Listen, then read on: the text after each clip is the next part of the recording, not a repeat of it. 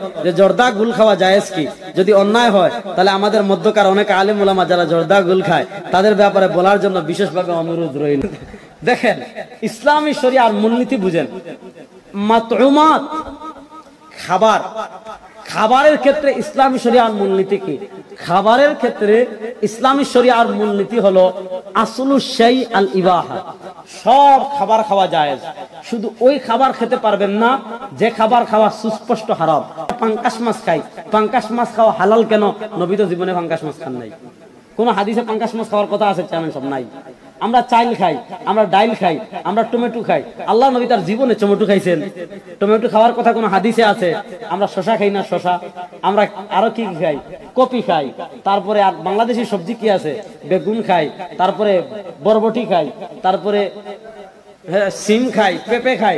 এগুলা নবী জীবনে খান নাই, এগুলা খাওয়ার কথা কোনো হাদিসে নাই। এগুলা খাওয়া হালাল কেন?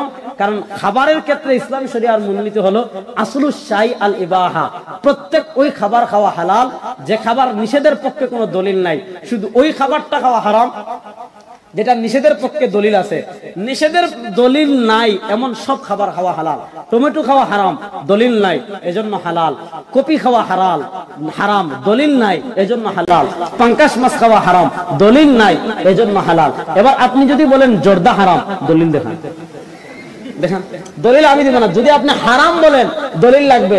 যদি হারামের দলিল না থাকে ওইটা অটোমেটিকলি হালাল। কষ্ট পাইয়েন না। আমাদের সিলেটে অনেক শাক আমরা এমন খাই। আমি যদি আমার বাড়ি সিলেট, আমি সিলেট কোথায় আর রংপুর কোথায়? আমাদের সিলেটে যদি আমি অনেক শাক খাই, যদি আমি আইনা আপনাদের এলাকায় দেখাই, বলবেন না এগুলো তো ঘাস। আবার আপনাদের এলাকায় এমন বহু শাক আছে, যদি আমাদের সিলেট নিয়ে যান, বলবেন ভাই এগুলা তো ঘাস। এগুলা হলো মাতউমাত। প্রত্যেক এলাকায় যে খাবারটা, ওটার পক্ষে যদি হারামের দলিল না থাকে ওইটাই হালাল হওয়ার জন্য দলিল। এবার প্রশ্ন হলো, জর্দাকে আপনি যে হারাম বলছেন, নস দেখান। যদি নস দেখাইতে না পারেন, হালাল হওয়ার জন্য এটাই যথেষ্ট। হ্যাঁ, আমরা বলি না খাওয়া ভালো, কারণ স্বাস্থ্যের জন্য ক্ষতিকর। কিন্তু স্বাস্থ্যের জন্য ক্ষতিকর হলে যদি হারাম হয়ে যায়, বাংলাদেশের কোনো মাছ আপনি খাইতে পারবেন না, সবগুলোতে ফরমালিন দেওয়া। বাংলাদেশের কোনো খাবার আপনি খাইতে পারবেন না। বলেন ফরমালিন এটা স্বাস্থ্যের জন্য উপকারী না ক্ষতিকর? কিন্তু কোন মাছে যদি ফরমালিন দেওয়া থাকে সেটাকে আপনি হারাম বলতে পারবেন না? শরিয়াতে তো সহজ না। বাস এখন আপনি পাইছেন আর হারাম বলে দিলেন। এগুলো হলো বেশি বাড়াবাড়ি। আল্লাহ সবাইকে হেফাজত করুন। আমাদের এলাকার অনেক হুজুর জর্দা খান, খিতাল লাগি খান। আপনারা ইতা বালা না, ইতা সারি দাও। জর্দা খাওয়া কি জায়েজ? আপনার মতামত কি? ডক্টর জাকির নায়েকের লেকচার শুনেছিলাম জর্দা তামাক খাওয়া যাবে না। আপনার মতামত জানতে চাই। জি, ডক্টর জাকির নায়েক ঠিকই বলেছেন, জর্দা তামাক খাওয়া যাবে না।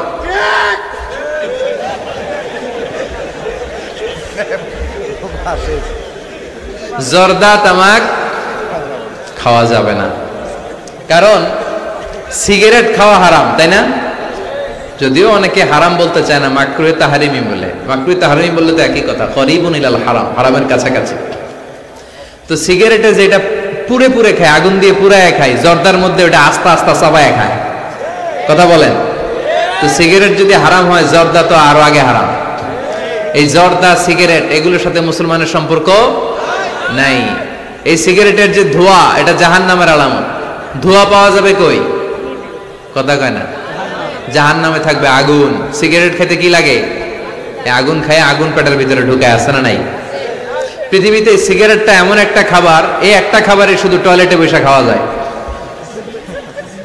কথা খুব কা, তাই না?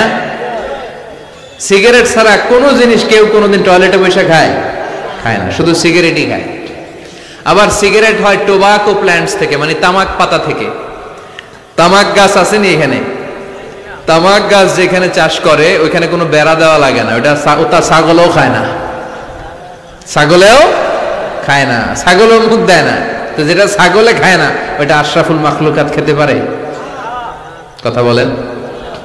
আচ্ছা, পৃথিবীর এইটাই একমাত্র পণ্য যে পণ্যের গায়ে এই পণ্যের বদনাম আর দুর্নাম লেখা থাকে। এটার গায়ে লেখা থাকে স্মোকিং কজেস ক্যান্সার, ধূমপান কর্কট রোগের কারণ, ধূমপান করলে ক্যান্সার রোগ হয়, আছে না নাই? আচ্ছা, কোন চকলেটের গায়ে যদি লেখা থাকে এই চকলেট খাওয়া মাত্রই ডায়রিয়া হয়, খাইবেন? কমু তোরটা তুই খা, তোর ডায়রিয়া হোক। কথা বলেন। কেউ খাবো না, কারণ এইটার বদনাম লেখা এটার গায়ে, খামু কেন?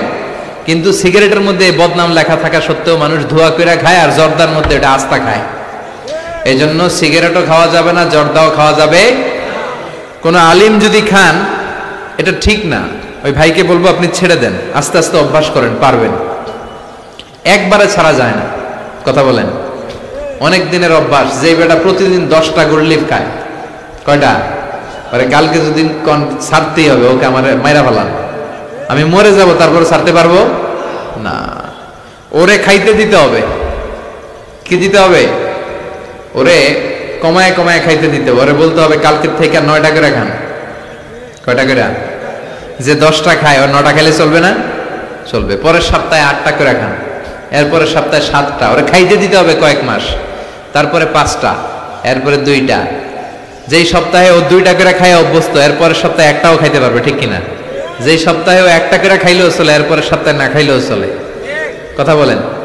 এই যে মদ হারাম হয়েছে গ্রাজুয়ালি, প্রথমে বলছে এটার মধ্যে কিছু উপকার আছে, ক্ষতি আছে, তবে উপকারের চেয়ে ক্ষতি বেশি। ইসমুহুমা আকবারু মিন নাফআইহিমা। সাহাবারা কয় তাহলে তো কমাই দিতে হবে। সাহাবারও মদ খাইতো, ওমরে ফারুক মদ খেতেন, মদ খাওয়ার রাজা ছিলেন উনি। এরপরে সাইয়েদনা আলী রাদিয়াল্লাহু তাআলা আনহু মদ খেতেন, সব সাহাবারা মদ খেতেন, কারণ তখন এটা জায়েজ ছিল, নিষেধাজ্ঞা আসে নাই। যখন বলা হলো ক্ষতি আছে বেশি, খাওয়া কমাই দিলেন। এরপর একবার সাইয়েদনা আলী রাদিয়াল্লাহু তাআলা আনহু মদ খেয়ে নামাজে দাঁড়াইছে, আর এরকম মাতলামি করতেছে, আর পড়তেছে আ'বুদু মা তা'বুদুন। লা আ'বুদু মা তা'বুদুনের জায়গায় মাতলামের ছোটা কি পড়ে? আ'বুদু মা তা'বুদুন। লা আ'বুদু মা তা'বুদুনের অর্থ হলো কাফিরেরা তোমরা যে মূর্তির পূজা করো আমরা ওটার পূজা করি না। উনি লা বাদ দিলে অর্থ হয়ে গেছে তোমরা যেটার পূজা করো আমরা ওইটারই করি। ভেজাল আছে না নাই? এখন নামাজের পরে সবাই যে ধরছে বিশ্বনবীরে, দেখেন আপনার জামাই কি করছে। তখন আয়াত নাজিল হলো লা তাকরাবুস সালাতা ওয়া আনতুম সুকারা। মদ খাইও, তবে মদ খাইয়া নামাজে দাঁড়াইও না। তখন 5টা টাইমে মদ খাওয়া নিষেধ হয়ে গেল, কারণ নামাজ কয় ওয়াক্ত? 5 ওয়াক্ত খাইতে পারে না, রাতে ঘুমানোর আগে একটু খায়। এরপরে আল্লাহ ইন্নামাল খামরু ওয়াল মাইসির ওয়াল আনসাব ওয়াল আজলাম রিজসুম মিন আমালি শাইতান ফাজতানিবুহু। এরপর চিরকালের জন্য মদ জু আল্লাহ হারাম করে দিলেন। আল্লাহ একবারে হারাম করলে ভয়ঙ্কর অবস্থা হতো, আল্লাহ ধীরে ধীরে হারাম করলেন। তো যারা এই জর্দা সিগারেট খান তারা আস্তে আস্তে কমাবেন।